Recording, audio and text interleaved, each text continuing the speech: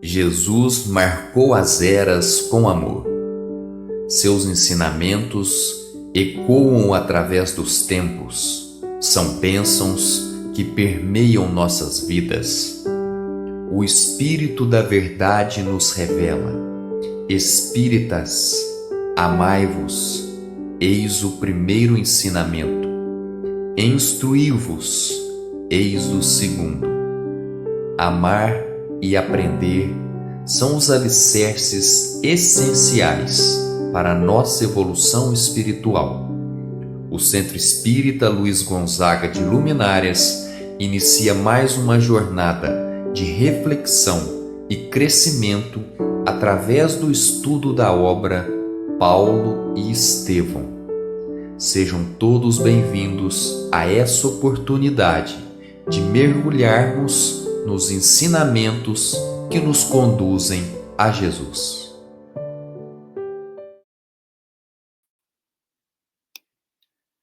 Olá, boa noite, meus amados irmãos em Jesus. Boa noite, André.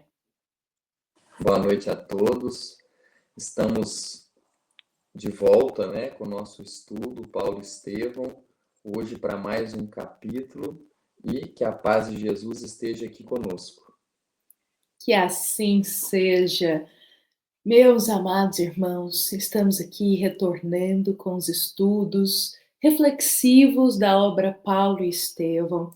É com muito carinho que a gente se reúne aqui neste domingo, às 7h30 da noite, momento em que todos nós reservamos alguns minutos do nosso dia para estarmos aqui. Minutos esses, graças à nossa amada Casa Espírita Luiz Gonzaga, da cidade de Luminárias. Eu digo, meus irmãos, que estamos todos aqui distantes fisicamente. Cada um de nós está em sua casa, em uma cidade diferente ou até mesmo em um estado diferente. Mas a partir do momento que nos reunimos aqui, com o nosso coração em Jesus, nós estamos próximos uns dos outros. Próximos porque o Cristo nos une em um só amor, em uma só fé. Então sejam muito bem-vindos. E hoje, André, antes de nós retornarmos aqui para a história, antes da gente contar o que vai acontecer neste novo capítulo, eu reservei aqui, para nós iniciarmos, uma breve mensagem do livro Sinal Verde, André. Este livro aqui é do nosso querido espírito André Luiz. E nós temos uma mensagem aqui que talvez até harmoniza um pouco com o que a gente vai trazer nesse capítulo 5. Gostaria de ler aqui e também pedir para você, André, se você puder comentar um pouquinho o que você achou dessa mensagem de André Luiz. Eu vou ler 2 tópicos aqui em que ele cita, ele coloca para o Chico. Toda vez que você destaca o mal, mesmo inconscientemente, você está procurando arrasar o bem. Não critique, auxilie. Essas são as palavras de André Luiz. Todas as vezes que, sem intenção, inconscientemente, a gente fica destacando o mal, o erro, a gente fica destacando qualquer coisa que seja das paixões baixas, vamos colocar assim, nós estamos arrasando o bem, estamos indo contra o bem. E André Luiz fala claro aqui pra gente, não critique, auxilie. Algo te tocou o coração aí, André, essa mensagem? Com certeza, porque isso acontece muito com os programas televisivos que têm muita audiência, que é de fofoca, então é falar mal de alguém, ou falar da vida de alguém de maneira negativa. Ou os programas que são de crimes, né? Os programas policiais, que é falar a respeito do absurdo de determinada coisa, do crime que cometeu, da injustiça e tudo mais, e vai aquilo. Então, toda essa audiência, ou seja, essa força que se dá para essa mensagem que é entregue em forma de audiência, as emissoras entendem, é isso que eles querem consumir. Então, é isso que nós vamos entregar. Então, é exatamente isso. Nós estamos dando força para que isso continue se manifestando, né? E se representando diante de nós.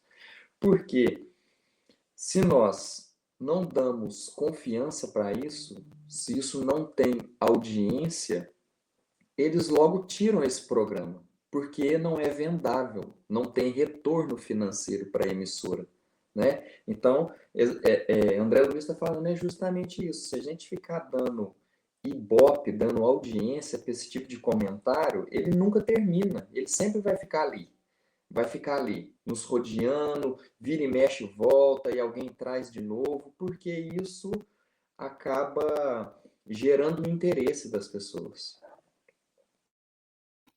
André, excelente colocação que você trouxe aí. Pensar que André Luiz ditou essa obra aqui para o Chico, olha só, vou ver se eu acho o ano aqui para nós.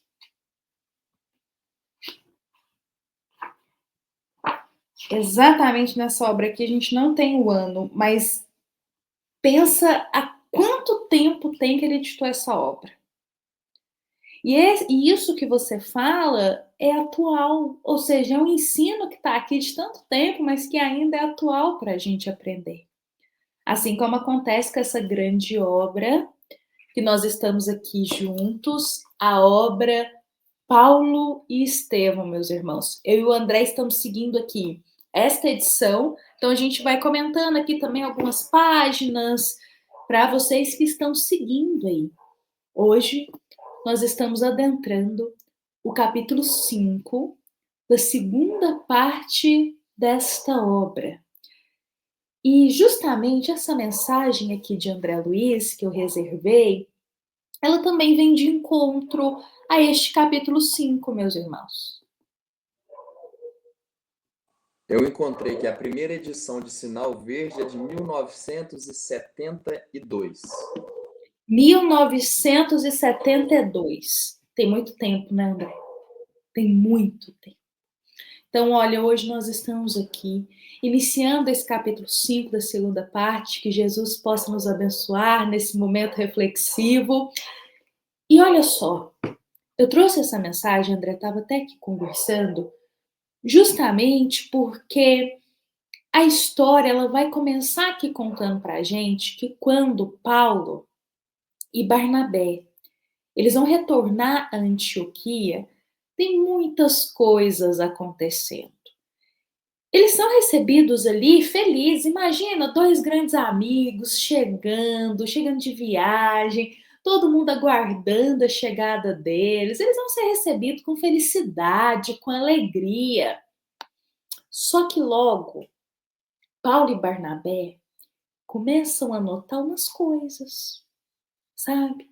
Sabe a impressão que eu tenho lendo aqui esse início? Que é assim, conforme eles iam visitando os lugares, iam conversando com um e com o outro, eles iam percebendo exatamente isso que André Luiz conta aqui, sabe? Uma crítica aqui, outra pessoa falando de outro jeito ali, alguém pontuando sempre algo que não tá ornando, algo que tá achando que tá errado, algo que tem que mudar. É sempre esses comentáriozinhos pequenos. Só que Paulo e Barnabé começam a notar que, assim, ali, naquele lugar onde eles estão fundando as mensagens da Boa Nova, cada um está seguindo do seu jeito.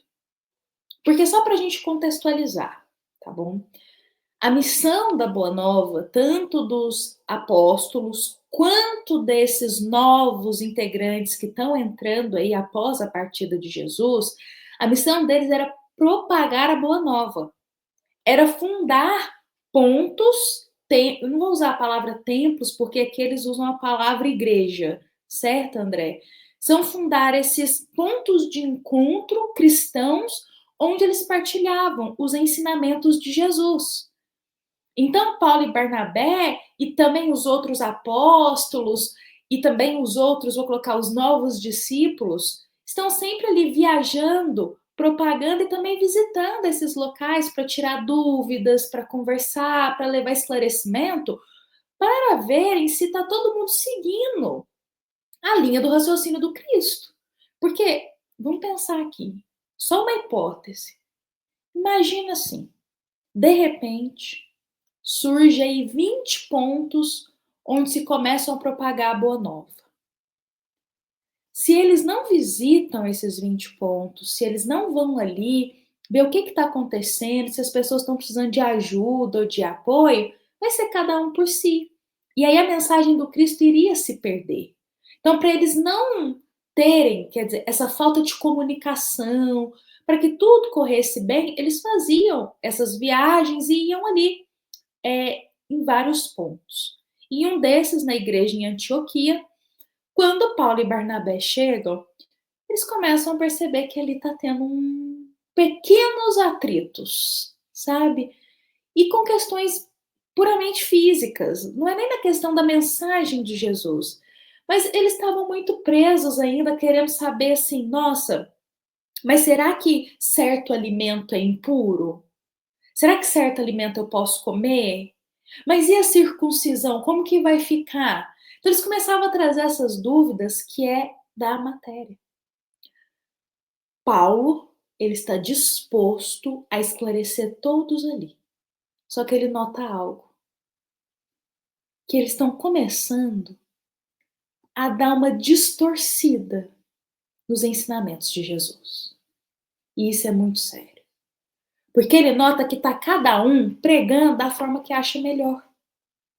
Ou seja, não tem algo para eles seguirem, não tem algo para eles ali terem um norte. Está cada um pregando as palavras de Jesus e interpretando da forma como bem entende.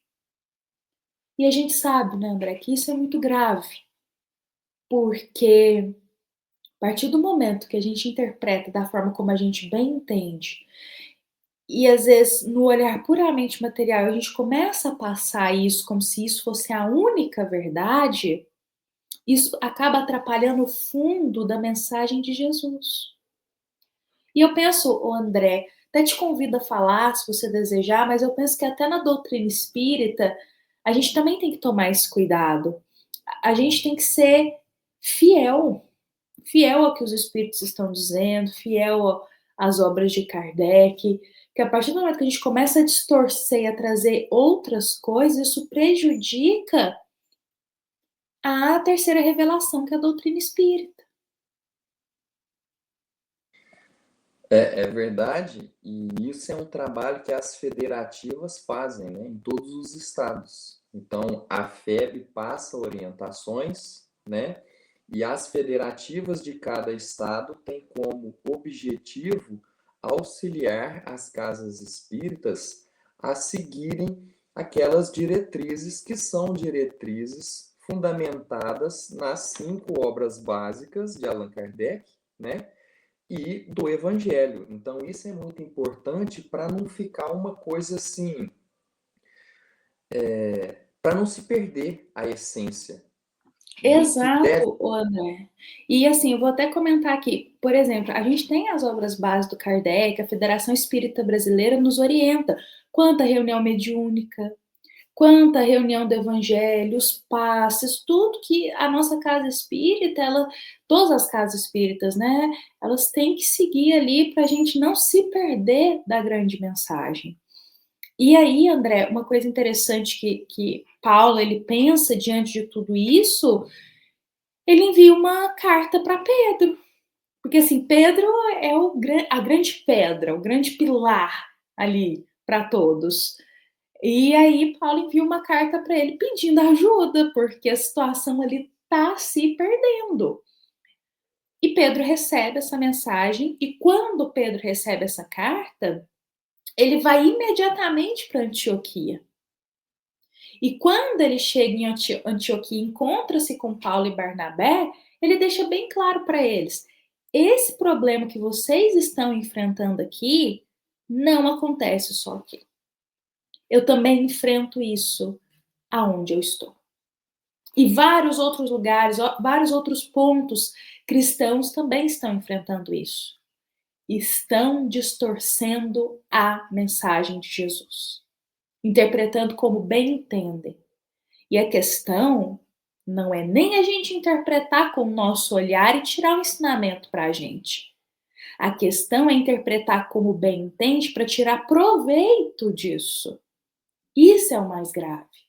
Então, Pedro, ele até coloca aqui que às vezes ele era tentado a lutar para restabelecer a liberdade dos princípios de Jesus.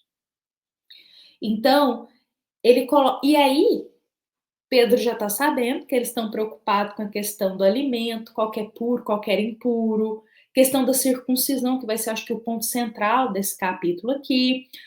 Mas aí, Pedro, diante de tudo isso, ele coloca: nós sabemos que Jesus não deixou uma solução direta a esse problema da questão da circuncisão. Mas Jesus ensinou que não será pela carne que nós atingiremos o reino, mas sim pelo raciocínio do coração. Pedro chama eles e dá uma chamada de atenção também, dizendo assim: olha, vocês estão preocupados demais com essas questões da carne. Jesus não deixou nenhum esclarecimento direto sobre isso. Qual alimento você pode, qual alimento você não pode. Tem que ter a circuncisão ou não tem que ter. Jesus não deixou nada disso. Porque ele deixou bem claro que a gente atinge o reino de Deus não é por questões da carne, que deixa de fazer ou não, é pelo coração. E aí esse ponto é muito interessante porque Pedro está dizendo para eles: vocês estão na dúvida a respeito de algo? Então recorre aos ensinamentos de Jesus. É óbvio que dependendo das questões, não vai estar literalmente, não vai estar claro, mas se a gente pegar toda a vivência de Jesus e as palavras de Jesus, nós conseguimos tirar dali um ensinamento que vai nos esclarecer. Então, por exemplo, aí, na dúvida que eles estavam a respeito de comer, esse alimento é impuro, não pode, é só a gente lembrar de Jesus dizendo: não é o que entra na boca do homem que lameia o homem, mas o que sai, né? Então, gente, não adianta nada vocês fazerem aí seu jejum, deixar de comer determinado alimento e falar mal dos outros, não amar o irmão, menosprezar, né? Ter preconceito. Então, não adianta de nada. Não adianta de nada. Isso é só coisa exterior. André, você foi certeiro em lembrar quando Jesus falou: não é o que entra na boca do homem que lameia o homem. Pois é, o que sai da boca do homem, é o que parte do seu coração. E eles estavam muito nisso. E aí, o que Pedro passa essa orientação para eles e fala assim: ó, a gente tem que tomar cuidado para não perder a mensagem divina, a essência dela. Então, Pedro começa a visitar a todos aqueles que tinham essas dúvidas. E ele pessoalmente vai conversando com um por um. E Pedro não estava preocupado: era o povo gentil, era fariseu, era. Pedro não estava preocupado com nada disso. Só para deixar claro aqui, é o seguinte: Tiago, ele tinha como vimos lá atrás, né? Aquela vez lá da invasão da prisão, como ele estava fazendo leitura dos ensinamentos de Moisés e ele foi salvo por aquilo, ele se apegou ainda mais no judaísmo, nos rituais, nos dogmas do judaísmo, né? Então, aqui nós temos dois lados. O lado de Tiago, que está apoiando todos os dogmas do judaísmo e quer implementar esses dogmas do judaísmo no cristianismo, que ainda estava nascente. E do outro lado, Paulo, que já esteve daquele lado dos dogmas do judaísmo, mudou de lado, né? Teve a oportunidade de se converter quando Jesus apareceu para ele.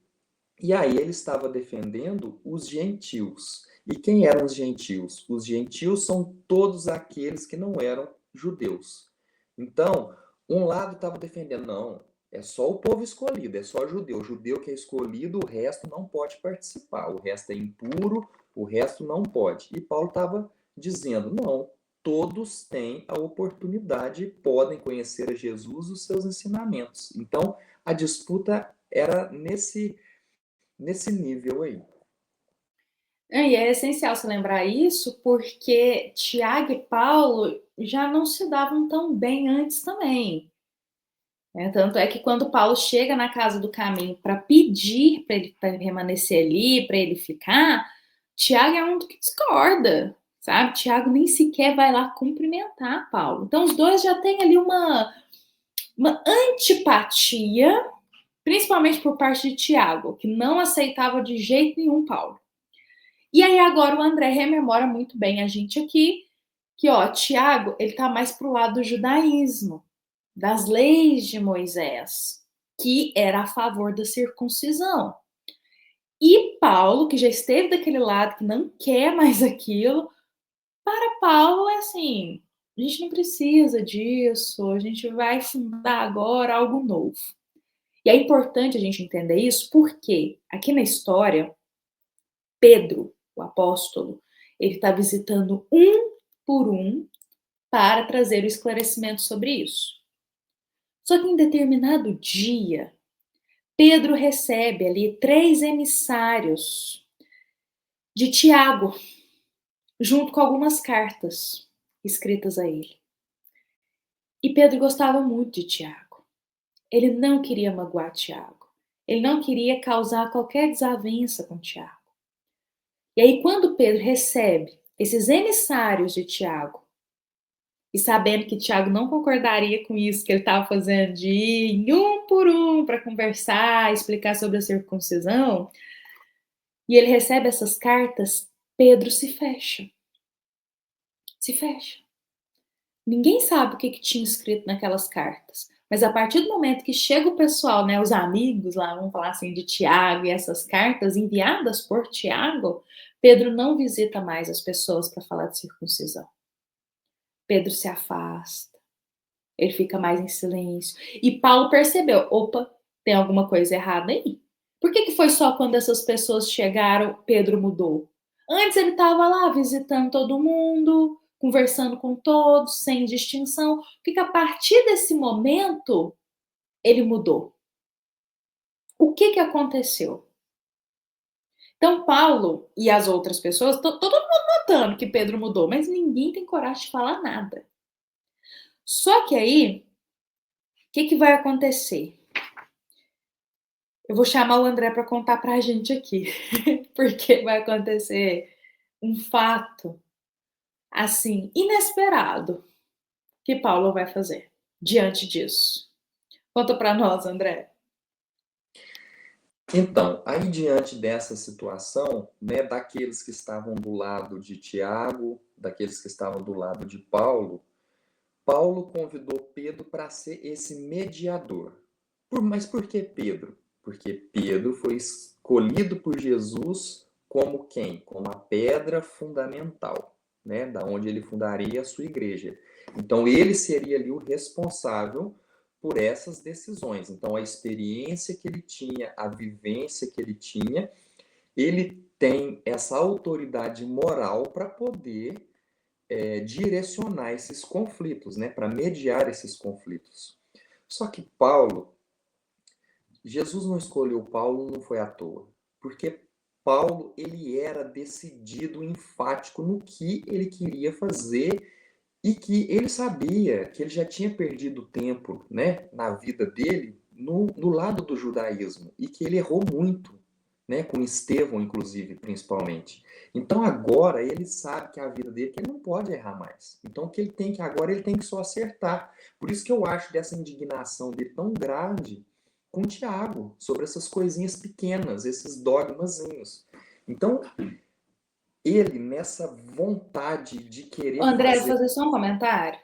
Eu acho que Paulo, ele tinha essa indignação com o Tiago porque é uma hipótese. A sensação que eu tenho é que ele talvez pensasse assim: nossa, Tiago, você caminhou do lado de Jesus. Você teve com Cristo. E você ainda carrega essas coisinhas pequenas. Eu que cheguei depois já entendi que isso é supérfluo, sabe? Então, acho que talvez essa indignação venha um pouco disso.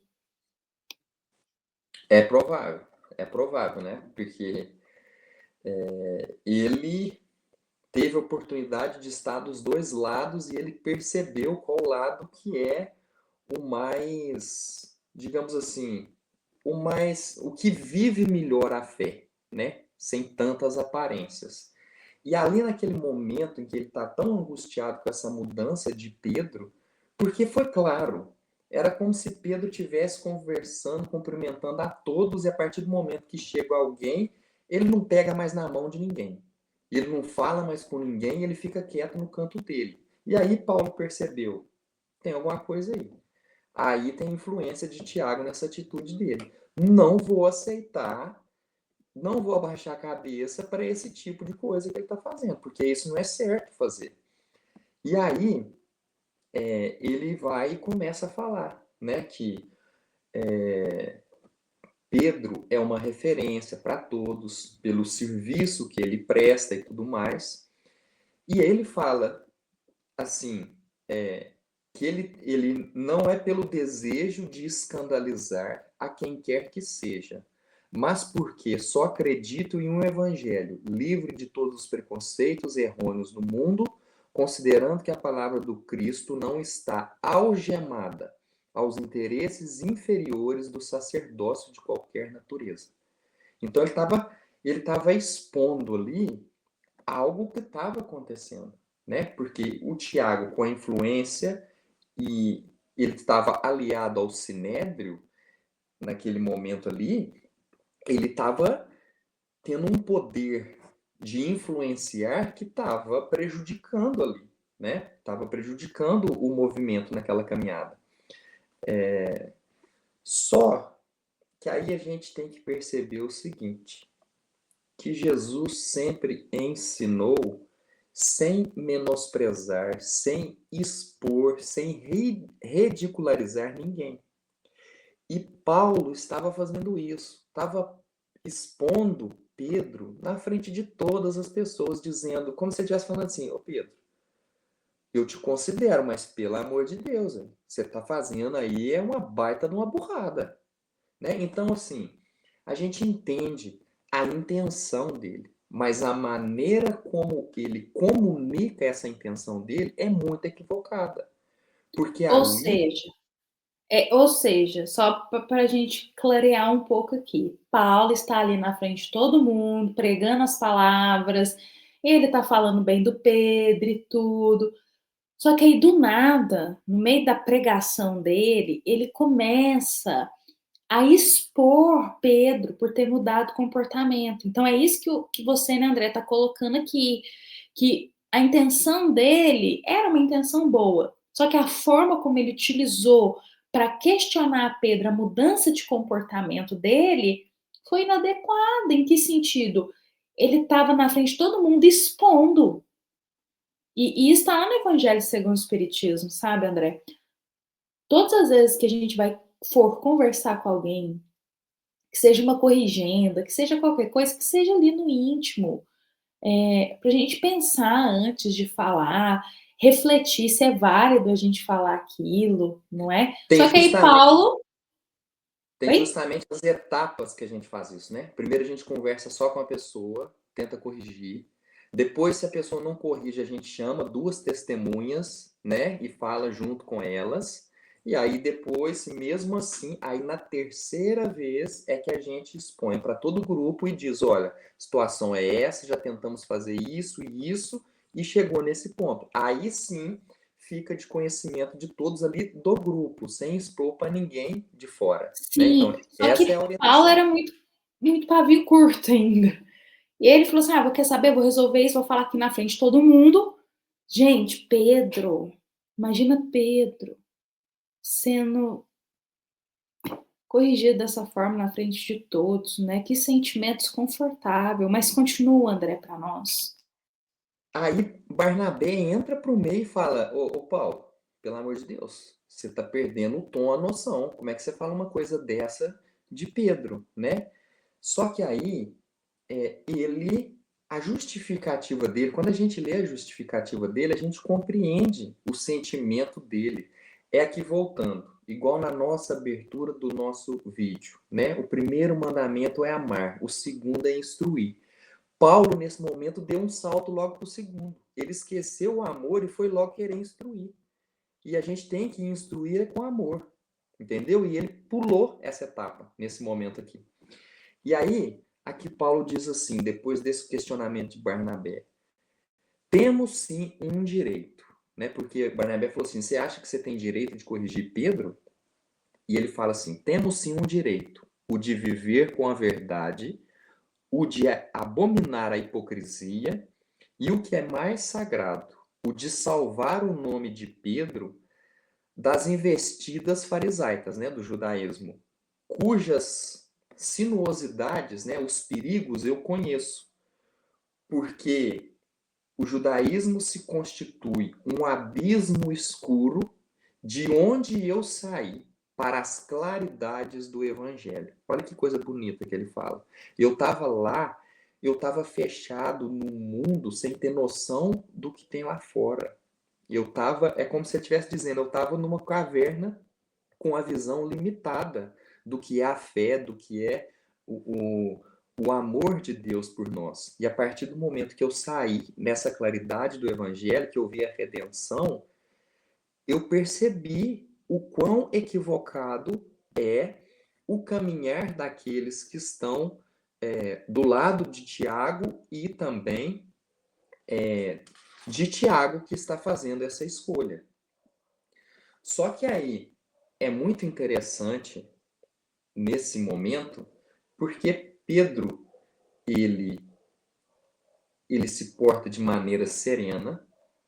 Pedro não parte para querer agredir, ele não tem orgulho naquele momento de dizer alto lá. Para mim você não fala dessa maneira, você pensa que você é quem? Não. Pedro não dá essa carteirada, não faz esse tipo de coisa. E naquele momento todos ali ficam esperando qual vai ser a resposta de Pedro diante dessa afronta de Paulo, né? E é colocado por nós aqui, por Emmanuel, que ali estava em jogo, estava correndo perigo o nascimento do cristianismo, né? Porque dependendo da resposta de Pedro, acabava ali, né? Poderia acabar com tudo, se dividia, enfraquecia e talvez não iria prosperar. Só que aí Pedro faz uma coisa muito sábia, né, da experiência que ele tinha, que ele responde o seguinte: muito tenho errado nesse mundo. Não é segredo para ninguém que eu cheguei a negar o mestre no instante mais doloroso do evangelho. Tenho medido a misericórdia do Senhor pela profundidade do abismo de minhas fraquezas. Se errei entre os irmãos muito amados de Antioquia, peço perdão de minhas faltas. Submeto-me ao vosso julgamento e rogo a todos que se submetam ao julgamento do Altíssimo. Então ele coloca aqui, olha, eu sei mais que todos vocês o que era errar diante de Jesus. Porque eu errei pessoalmente com ele, eu neguei ele. Então eu sei o que era errar. Né? Eu peço perdão para vocês das faltas que eu cometi, mas eu peço que vocês compreendam o seguinte, que o julgamento de todos nós, quem faz é Deus. Então, vamos esperar o julgamento dele. Então, nesse momento, ele não escolhe nem apoiar o lado de Tiago, nem apoiar o lado de Paulo. Ele foi muito perspicaz nesse momento, porque ele sabia o seguinte: eu não tenho que ficar nem de um lado nem do outro, eu tenho que ficar a favor do Cristo. Então, eu estou com Cristo. Eles precisam encontrar, né? Se encontrar com Cristo nessa caminhada, nessa escolha que eles têm, né, do seu proceder. E aí Emmanuel nos escreve que essa atitude salvou o cristianismo lá no seu início. Exato. Pode E aí continuar, tem André. um questionamento que Paulo faz, que ele fala assim, mas nós não podemos levar o evangelho para o judaísmo asfixiar, né? Porque o judaísmo vai acabar com o evangelho. E aí Paulo contra-argumenta ele dizendo o seguinte, mas e o esforço de milênios, né? Mas e o esforço milenário dos judeus? Ou seja, e todo o esforço que eles tiveram para manter os ensinamentos de Moisés? Porque aí, o que a gente faz? Ensinamento aqui de Pedro. A gente volta para Jesus e vê o que Jesus falou. Porque Jesus disse, eu não vim destruir a lei, mas cumpri-la. Então ele está dizendo, não é para vocês descartar Moisés. Eu não cheguei para substituir, eu cheguei para agregar. E aí nós trazemos para o Espiritismo que Allan Kardec, de maneira tão sábia e respeitosa, coloca Moisés como sendo a primeira revelação, Jesus a segunda e o Espiritismo a terceira. Por quê? Porque cada uma complementa a outra. Né? Elas não são excludentes, elas se somam, elas ensinam cada vez mais. Então, isso é o interessante aqui da gente perceber isso, porque Pedro teve essa noção da importância que tinha o judaísmo. Exatamente. E Pedro não queria desrespeitar a primeira revelação, Pedro não queria desrespeitar a segunda também. Então, ele queria manter tudo ali alinhado. E é importante, assim, eu queria até compartilhar com nossos irmãos que nesse pedaço da história, eles vão ficar aqui nessa conversa. Ah, sobre circuncisão ou não circuncisão, o que a gente faz, o que a gente adota a partir de agora, para fundar, né, a questão da Boa Nova a partir do Cristo. Eles vão ficar nessa conversa. Pedro sempre mantém a neutralidade. Só que aí chega um momento aqui da história que eu vou me adiantar aqui um pouco, mas para a gente chegar no ponto que a gente precisa, porque lembrando, meus irmãos, que eu e o André a gente vai destacando alguns pontos centrais aqui da história. A gente convida a todos a sempre lerem um capítulo, porque aí vocês conseguem mergulhar com muito mais detalhe aqui. Eu e o André nós vamos destacando também o que vai chamando a nossa atenção.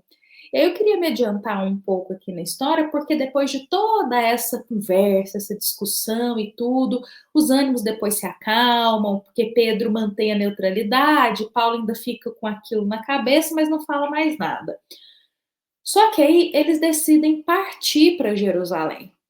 E aí nessa caravana, quando eles vão para Jerusalém, vai Paulo, Barnabé, Tito e mais 2 discípulos que estavam. Pedro já tinha retornado para Jerusalém. E aí vão, então, essas pessoas nessa caravana. Só para esclarecer aqui, conhecemos Paulo e Barnabé, que estão sempre juntos, trabalhando juntos. Tito era um jovem de 20 e poucos anos. Naquela época, exatamente naquele momento, ele estava ajudando Paulo na igreja de Antioquia e ele estava se revelando um grande cristão, uma grande potencialidade ali para falar das palavras da Boa Nova, mesmo tendo 20 e poucos anos. Só que o passado de Tito é um detalhe importante, porque ele era pagão. Então, assim, antes ele não seguia muito nada. Só que quando ele conhece a Paulo, ele converte seu coração e começa a ajudá-lo na igreja de Antioquia. Então vai para Jerusalém Paulo, Barnabé, Tito e mais 2 discípulos. Quando eles chegam em Jerusalém, eles vão direto para a casa de Pedro, ali. Isso a gente encontra mais ou menos na página 340, meus irmãos. Eles chegam ali na casa de Pedro. E quando eles chegam na casa de Pedro, eles sentam-se à mesa e tá cheio de discípulo novo, que Paulo nem conhecia. Só que aí começa a aparecer a primeira decepção para ele, que Tiago vai aparecer. Só que a forma como Tiago recebe Paulo e as pessoas que foram com Paulo, principalmente Tito, incomoda Paulo. Porque assim, André já deixou claro aqui pra gente, relação Paulo e Tiago não era uma relação muito amistosa, não era uma relação muito harmoniosa. E aí, Paulo chega ali, o que que Tiago faz? Não cumprimenta muito bem e tudo, e Tiago já começa logo a questionar sobre o Tito, questionar sobre a questão da circuncisão. Eu vou até ler aqui para nós, que é importante a gente entender essa nova parte aqui. Tiago, ele recebe a eles dizendo assim: irmãos, é justo que saibamos quem é o rapaz, o Tito. Esse rapaz aí que vocês estão trazendo. Porque a nossa preocupação é fundamentada nos preceitos da tradição, que manda examinar a procedência dessa juventude, a fim de que os serviços de Deus não sejam perturbados. Ou seja, ao invés de Tiago abrir os braços, acolher, Tiago fala assim: opa, quem que é esse aí que está chegando? Quem que é esse rapaz novo? A gente não sabe a procedência dele. O que Paulo está trazendo ele aqui? E aí, Paulo vai dizer: ele é o nosso novo colaborador lá em Antioquia, que tem muito nos ajudado. E Tiago pergunta para ele assim: é como hoje em dia, não é, André? Perguntar assim: é filho de quem? Faz o quê? Da onde que vem? Só que naquela época eles não perguntavam assim. Perguntavam quem que é o descendente dele. E Paulo vai dizer: ele é descendente dos gentios. E Tiago fala: ele é circuncisado? E Paulo diz que não. E aí toca na ferida de Tiago, porque Tiago é aquele que está no meio de toda aquela discussão, querendo que tenha circuncisão. E aí, meus irmãos, aí vira uma bola de neve isso. Porque aí eles vão começar de novo aquela discussão sobre isso, vão envolver a Pedro, e vai falar, Pedro. Então, Paulo diz, né? Então vamos perguntar para Pedro o que Pedro acha. Porque é como se por ele não ser circuncisado, ele não poderia estar ali. É isso que Tiago dá a entender. E aí Paulo diz assim: não, vamos perguntar para Pedro. O que Pedro acha? E aí, Pedro fica lívido na situação e fala: não acredito que isso está acontecendo. E aí Pedro vai ter que dar uma resposta aí para eles. O que acontece aí, André? Então, aí aqui é nos dito que Pedro ouvia com grande serenidade toda aquela discussão. E ele nunca respondia quando o assunto assumia assim um caráter de conversão, né? Ou seja, de imposição de um lado sobre o outro. Ele aguardava o momento certo para ele poder se manifestar, para poder comentar. Então, no momento certo, ele fala assim: é necessário muita calma para chegar a soluções precisas, né? Então, o que ele tinha que fazer? Ele tinha que ouvir os dois lados, ponderar muito bem qual seria a decisão dele, para não afetar uma parte de maneira que aquela parte que se sentisse ofendida.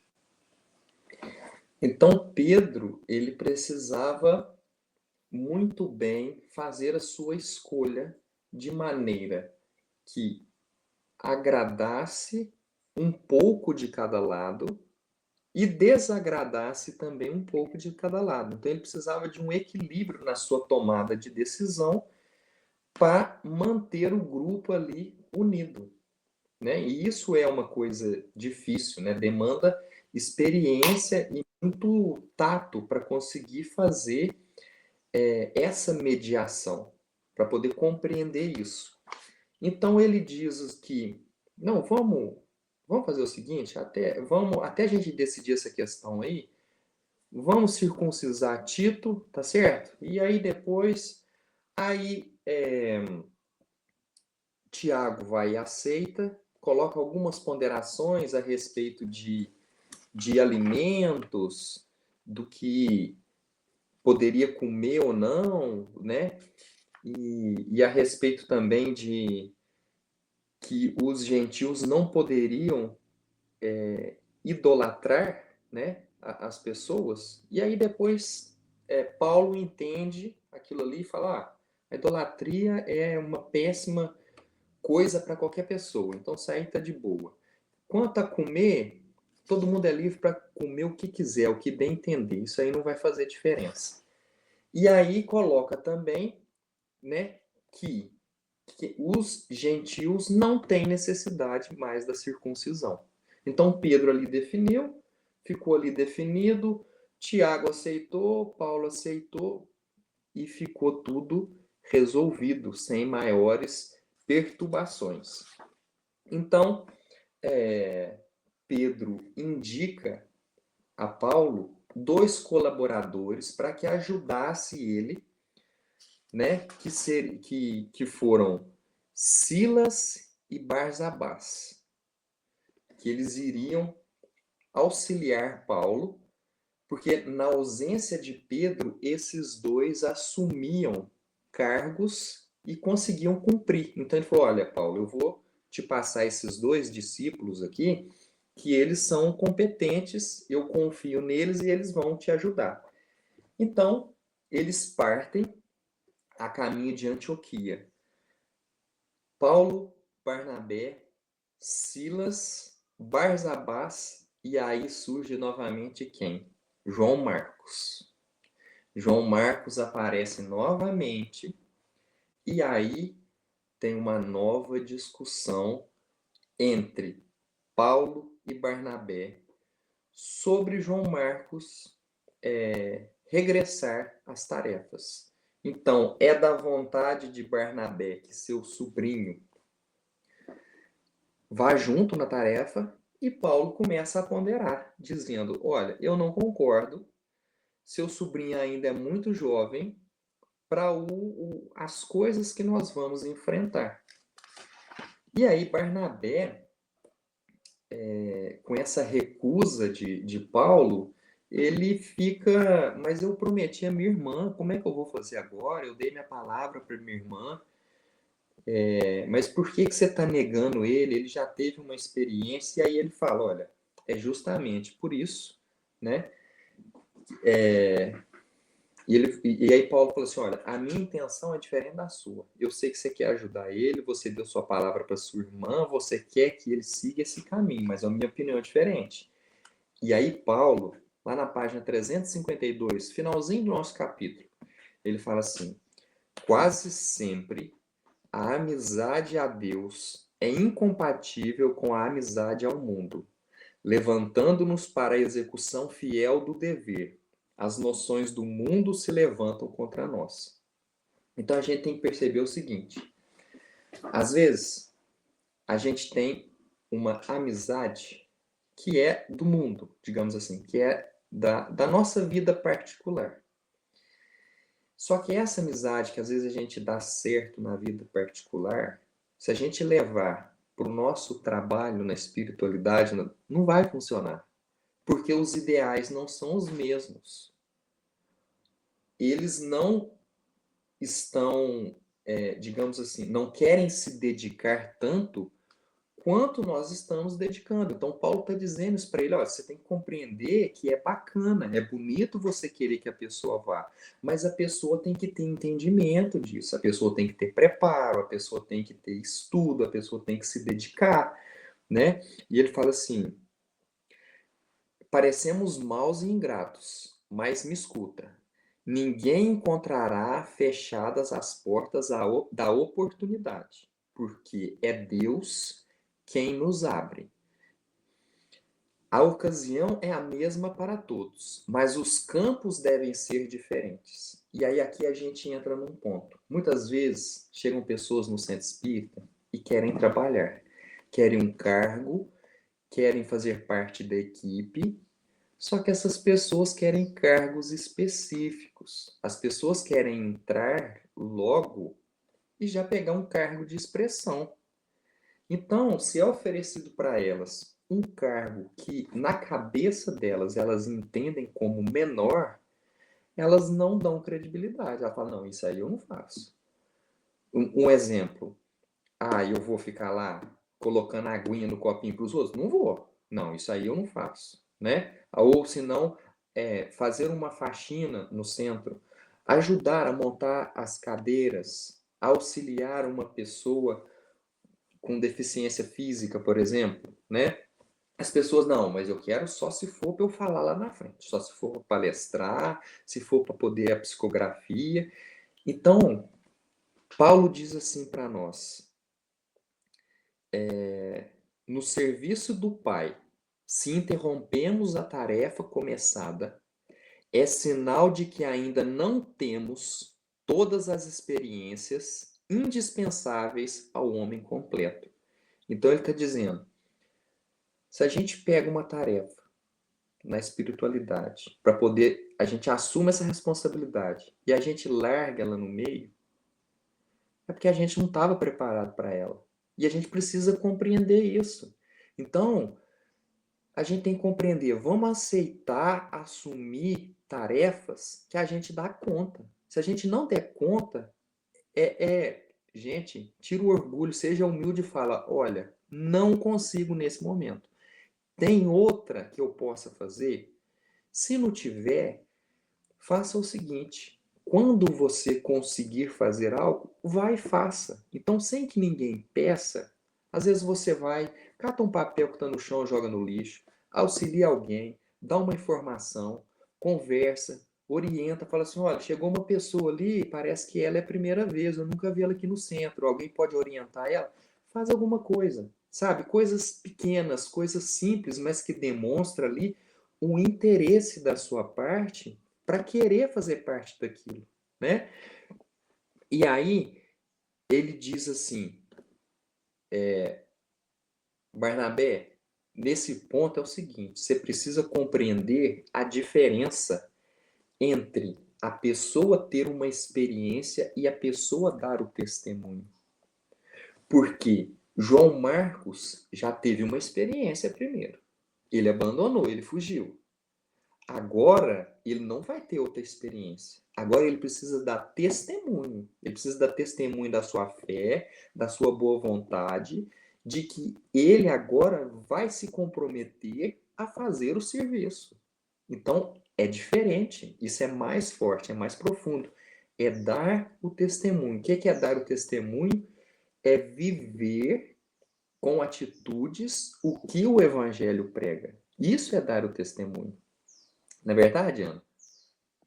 Sim, sim, muito bonito, André, a forma como você encerra esse capítulo, porque depois de tantas discussões, desalinhos aqui ao longo desse capítulo, dos apóstolos entre si, dos discípulos, a gente percebe que, na verdade, a intenção deles era a mesma. Eles eram pessoas muito diferentes, mas a intenção era a mesma, os valores os mesmos. Então, por isso que eles, de alguma forma, estavam ali unidos, certo? Paulo queria que a missão desse certo, Pedro também, Tiago também. Então, por isso eles estavam sempre unidos. E isso que você comentou é muito certeiro, André, que Marcos, João Marcos, mas nós sabemos que é Marcos, foi muito triste ele ter iniciado, parado a missão e agora querendo retornar. Só que Barnabé acreditava nele, acreditava nessa segunda chance para ele retornar. Então Barnabé decide permanecer com ele ali, com Marcos, enquanto Paulo seguiria outro caminho. E assim, Paulo e Barnabé eles eram muito amigos, mas muito amigos. Mas infelizmente, nesta existência, eles seguiriam caminhos diferentes para poder levar a boa nova, cada um a um canto. Então, dessa forma, a gente encerra E aqui, esse antes de capítulo. encerrar, eu queria só falar aqui, ó, o que Emmanuel escreve, que é muito bonito, que depois de toda essa explicação que Paulo deu, né, que aqui ele ponderou, ele não acusou, ele falou de maneira instrutiva e com amor a respeito, né, de João Marcos.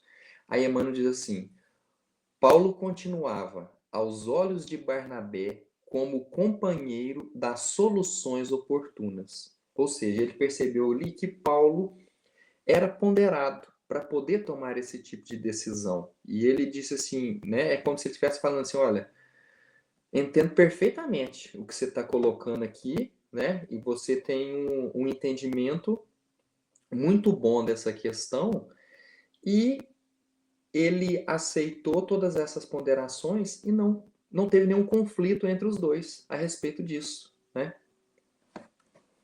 Sim, eles foram muito respeitosos entre si. Então, assim, eles seguem caminhos diferentes, mas ambos servindo a Jesus, a Boa Nova.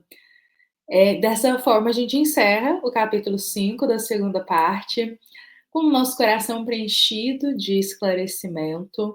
No nosso próximo encontro, nós iremos refletir o capítulo 6, daremos continuidade aqui, e nós convidamos a todos para que possamos estarmos juntos, com o nosso coração em Jesus, agradecendo a todos que estiveram aqui presentes conosco neste domingo. Deixo aqui o nosso boa noite, o boa noite da nossa amada Casa Espírita, Luiz Gonzaga, da Cidade Luminares, e nosso eterno agradecimento. Muito obrigada também, André, por esse encontro. Um ótimo domingo a todos e que assim seja.